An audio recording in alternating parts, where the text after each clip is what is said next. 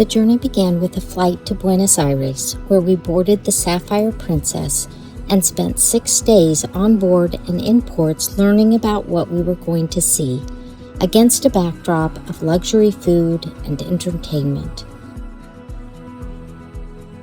Through the Beagle Channel, the Straits of Magellan, the Chilean fjords with their glaciers, and then on to the infamous Drake Passage.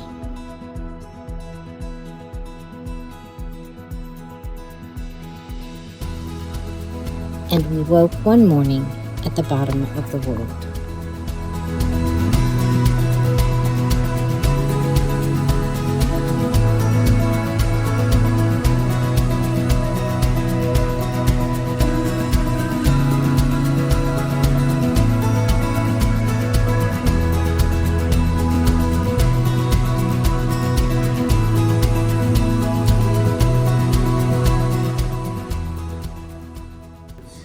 Do you have a number, Joe, that you always like to share with? Yes, it would be very, very remiss of us not to acknowledge how incredibly privileged we are for the next 5 or 6 days to be able to see the portion of the Earth that fewer than 0.002 of humanity has ever seen.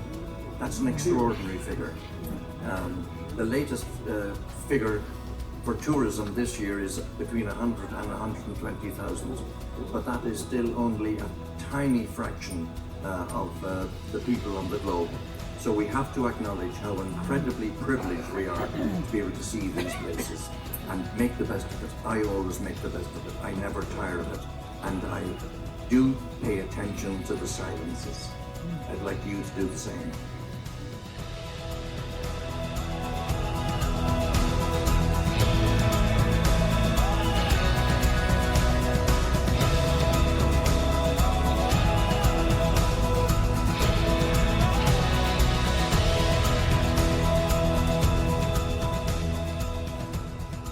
When we're on deck 7 or up on deck 14 in the Antarctic waters, allow our senses to rule our mind.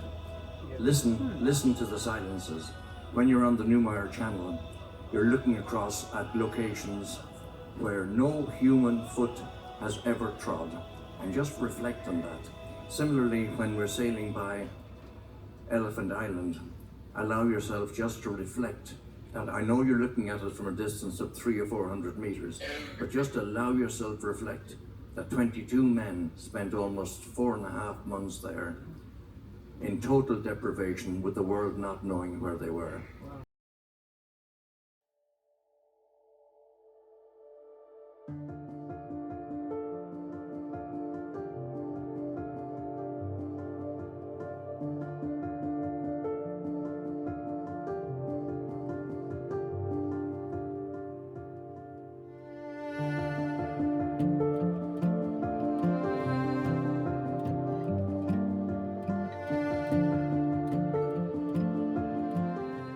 If you're into wildlife like me, you spend your life getting up at the crack of dawn and going to bed very late.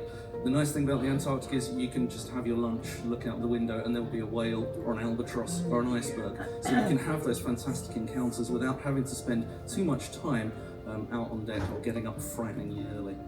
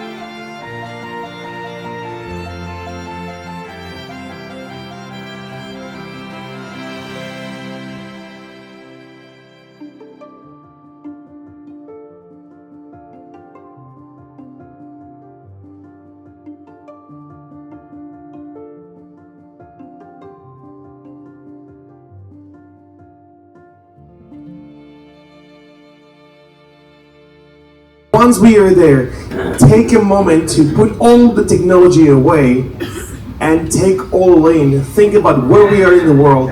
It's probably the last place on earth that has not been modified or affected by humans. And you can hear the silence. It's a very weird concept to say it, but you can hear the silence. And yes, take a moment if you're traveling with somebody else to say, we are here.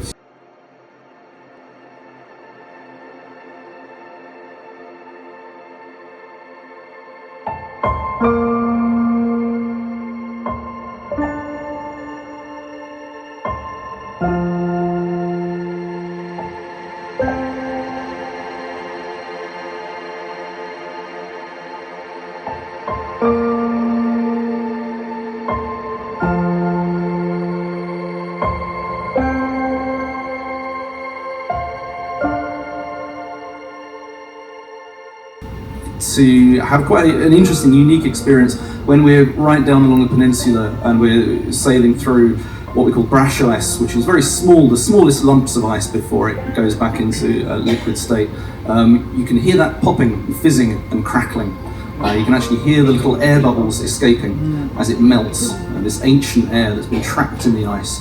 And you can actually hear that. So if you're down on deck 7, you get to experience some of these interesting phenomena.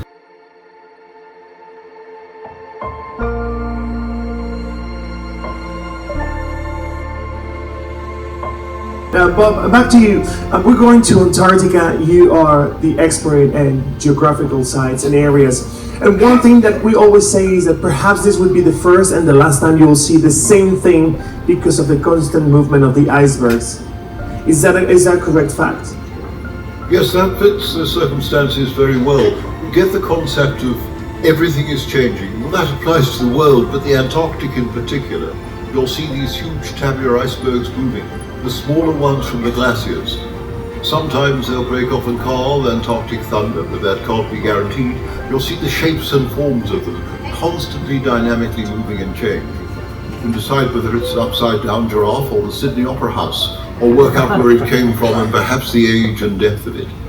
Now think of that for the icebergs, the floating ice. Think also of all the glaciers you'll see on both sides of the ship.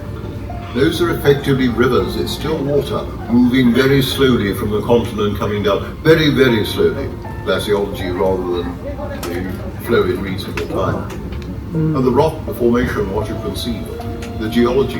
The place isn't covered by vegetation. You can see the basic rock and the structure of the earth everywhere.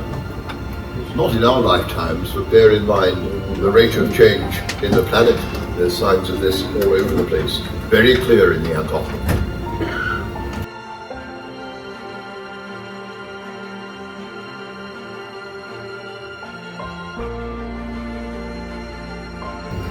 Well, ladies and gentlemen, back at the end of the row, I'm going to support all of what my colleagues have said. An important aspect, versatility.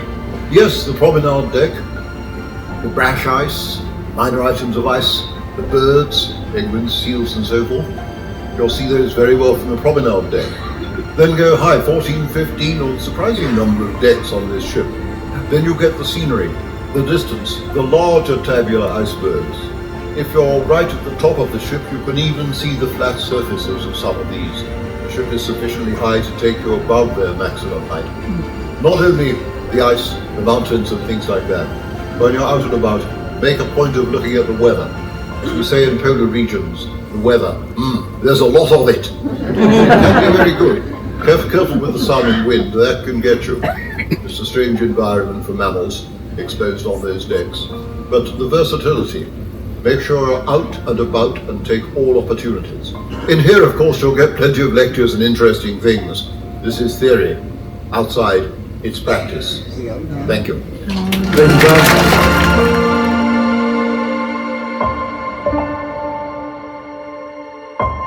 you.